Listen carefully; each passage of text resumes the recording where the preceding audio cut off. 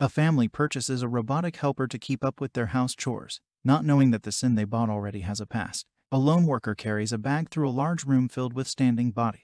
Although they look human, they're called synths or synthetics, which are robots that consumers can purchase to help in everyday tasks. As the worker leaves, all the synths are at ease and are powered, except for one who looks up to the moon elsewhere. Joe Hawkins struggles to juggle work and household chores. His wife Laura is away at court and she's staying there longer than expected. With her gun, the house becomes a mess. Overwhelmed, Joe tells his youngest daughter Sophie to come with him as he set on purchasing a synth. Later on, Joe finalizes the paperwork to get. The salesperson assures him that he made a good choice, but he can return it in 30 days if it fails his expectations. With this, the salesperson reveals the synth and Sophie gets excited. Joe shakes the synth's hand. The transfers primary information, and with this, it officially becomes his property when they get home. Joe's son Toby gets struck by the synth's beauty. However, his eldest daughter Matilda remains unimpressed and sarcastically laughs when she finds that Joe didn't inform their mom about getting a synth. Suddenly the synth asks what everyone would like for. Joe chuckles because he's finally relieved from that task.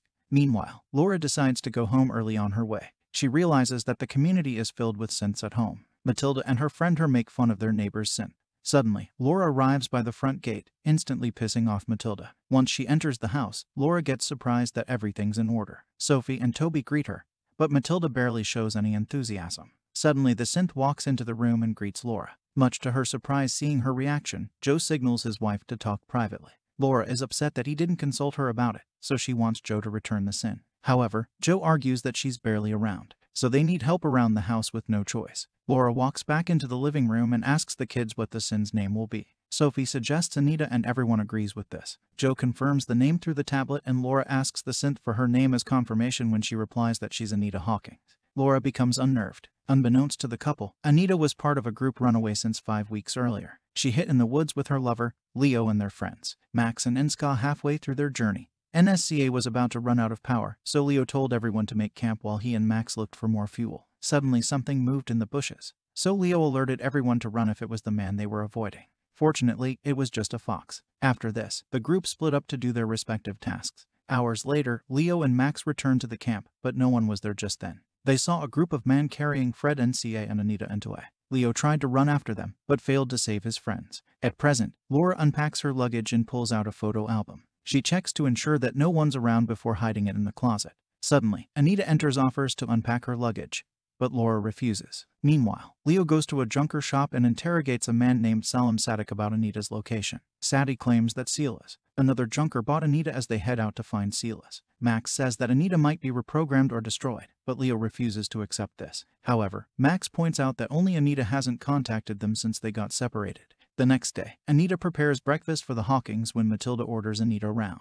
Laura reminds her that her presence doesn't mean the kids can be lazy. She also scolds Anita for wiping down the already clean table to lighten the mood. Joe jokes about Anita having microchips for breakfast, and Anita laughs too much even when everyone else has stopped elsewhere. Dr. George Milliken is visited by a health service caseworker. They want him to replace his SIM with an upgraded one, but he firmly refuses when the caseworker leaves. George opens the closet and tells his synth ODI that their game of hide and seek is. He's had ODI with his late wife Mary, and losing the synth would mean losing his wife again at the Hawkins. Anita witnesses Matilda scold her mother for not being present in their lives that night. She watches as she sleeps. When Laura sees this, she tells the synth never to do it again because it's her job as a mother. After this, she tells Joe that she feels replaced by the synth, but he explains that he bought Anita so she could spend more time with them. Despite this, Laura still doesn't understand her. The next day, Leo locates Fred and arranges a plan for him to escape the agricultural factory he's been working in. However, the authorities discover a phone in his charging station proving that he's a sentient synth. Fred runs away but gets tased outside. Leo realizes that Fred isn't coming, so he leaves with Max. Meanwhile, George goes grocery shopping with Odie, but he malfunctions and begins dropping jars on the floor. A sales lady tries to stop him, but he accidentally punches her. Because of this, the security guard pins him down and turns him. At the Hawkins, Matilda tests Anita's reflexes by shooting her with a toy gun. Being a technology enthusiast, she wants to figure out the sense capabilities, so she also tests her pain tolerance. However, Anita stops her and asks why she wants to test her, piquing Matilda's curiosity. Just then, Joe and Laura confront Matilda about her failing grades, so Anita leaves. Matilda justifies that the world has no use for her skills because whatever she does, a synth can do better elsewhere. Anita observes a picture of Laura and a baby, triggering memories from what seems to be her past at the grocery store. Detectives Karen Voss and Pete Drummond assess the situation with Odie. Pete discovers that the synth is over 6 years old and requires an upgrade, although George pleads to keep. The detective insists that he gets scrapped since it hurts someone. When George goes home, he desperately tries to prove that Oi isn't defective. However, the SIG glitches and struggles to remember Mary. Meanwhile, Pete goes home to his wife Jill, who's receiving physical therapy from the Scifi as she recovers from an accident. Pete feels uncomfortable with this, but he knows that Jill needs it at the Hawkins. Laura realizes that Sophie favors Anita over her. She reminds Anita never to touch her daughter, but the C explains that they're not even permitted to touch humans without. Elsewhere, Leo and Max head to a brothel where Nisko works. Leo decides to go by himself and immediately finds an ICU's booth. Once they're alone, they warmly embrace each other. Nisko prepares to leave, but Leo can't take her with him just yet. Considering the conflict with Fred, it'll be dangerous to blow her cover. Now Leo is concerned about the group's safety, and it doesn't help that they have no contact with Mia, which is Anita's true name. NSCA is disappointed that she has to stay but has no choice but to. She then tells him to press the button to leave since it requires human body heat, revealing that Leo is human, not a sentient synth like them. Fred gets taken to the laboratory where a scientist named Hobbs talks to Robert, the owner of the facility. Robert wants to dissect the synth for study, but Hobbs argues that they should focus on finding the other sentient synths. Hobbs insists that David Ulster, the man who created the synths, wanted to create a machine life. He notes that a mathematician once described an inevitable future where machines can improve and reproduce themselves without. This will be the moment when humans become inferior to machines. Hobbs argues that humans have become dependent on SIS, and if David made sentient ones, then the synths can make more of them. If that happens, they will refuse to be enslaved. Meanwhile, George repairs the Destroy ODI himself instead of recycling him before he does. However, the synth suddenly remembers Mary, making George see in. That evening, Anita helps Laura cook as the synth takes the dish out of the oven. Sophie comes running to kiss Anita goodnight. While avoiding the child, Anita accidentally burns Laura. Instead, she finds this strange, since synths never caused accidents or injuries to their owners. As the family watches TV that night, Joe finds Anita's 18+ manuals and hides them. The show discusses the idea of synths replacing manual labor so humans can pursue other livelihoods. Laura notices Anita is watching as well, but Matilda turns the TV off. Tired of the discussion, later that night, Laura hears the back door open, so she checks it out. To her surprise, she sees Anita staring at the moon. Anita expresses how beautiful the moon is, which sounds odd too. Elsewhere, Max wonders if they'll ever find Mia. Leo replies that he will because they love each other. At the brothel, Ska endures another night of being used by random men. As the night progresses, Anita watches Sophie while she sleeps. Once again, she gets flashbacks of her past when she got trapped in a car underwater. After this, Anita carries the sleeping Sophie in her arms and kisses her while carrying her down. The following morning, Laura goes to Sophie's room and finds her daughter's wet pajamas. However, Sophie insists that she didn't have an accident. After this, Laura goes to the kitchen and finds Anita soaked shoes at the laboratory. Hobbs peers through Fred's mind and sees a recurring memory of Anita swimming underwater. Meanwhile, Pete tries to meet the needs of his disabled wife. Despite his efforts, Simon is better at the job, and even Jill says that the synth knows what she needs elsewhere.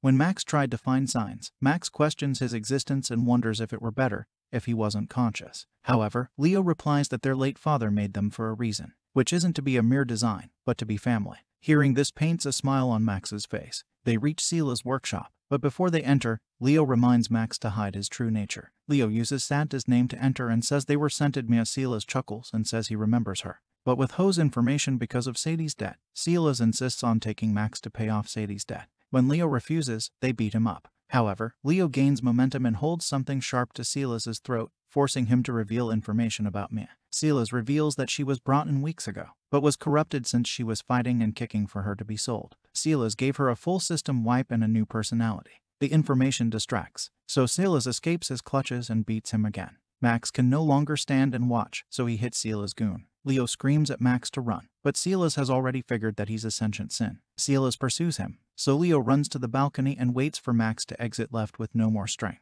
Leo lets himself fall into Max's arms, who's waiting below. Then they flee. Meanwhile, the caseworker revisits George's house with the upgraded Vera. George hides Odie and says he recycled him with this. The caseworker leaves Vera with him. She and George don't get along, since Vera is a replacement for institutionalization. Just then ODI knocks on the window, so George distracts Vera by pretending to be in pain at school. Matilda and Har abduct a school janitorial synth, so she can test her hacking skills. However, the program fails, and the synth notifies the school board. Meanwhile, Pete begins to hate Simon. The innocent synth makes him some sandwiches to take to work, but he purposely leaves them behind. Laura receives a call about Matilda's misconduct.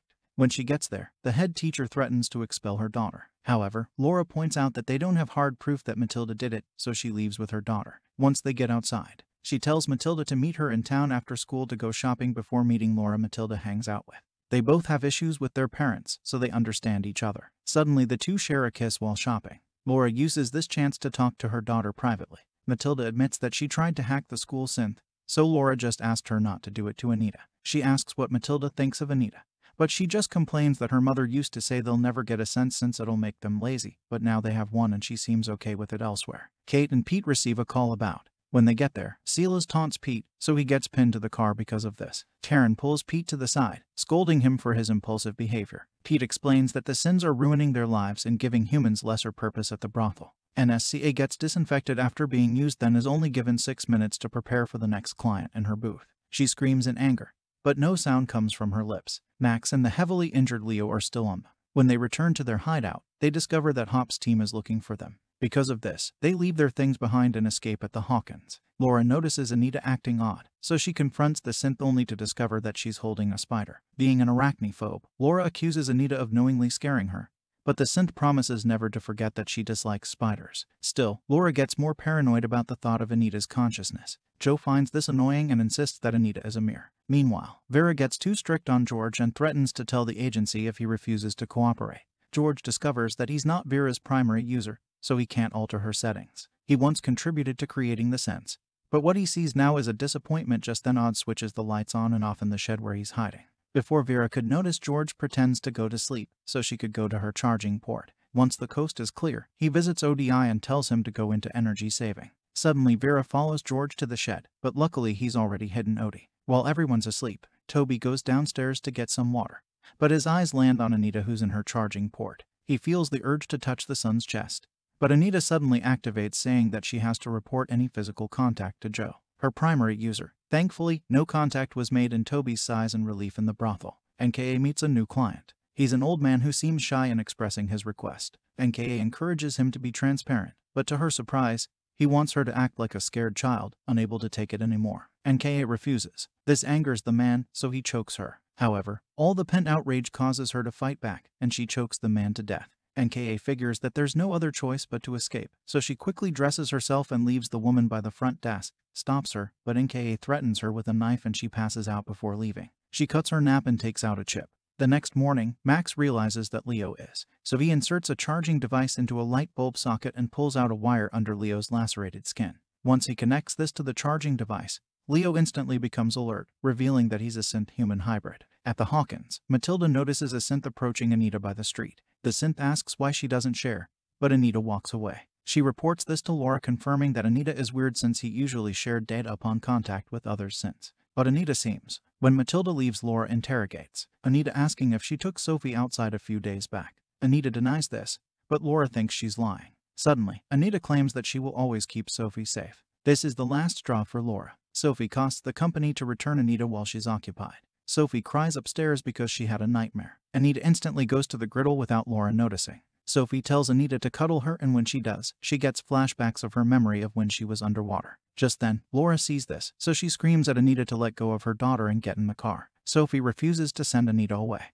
but Anita explains that she must obey her mother once they get to the car. Anita asks Laura where she's taking her. She simply responds back with this. Anita stares at the distance and smiles. Subscribe to watch more videos like this, turn on notifications and leave a like. It really helps the channel out. Thank you for watching.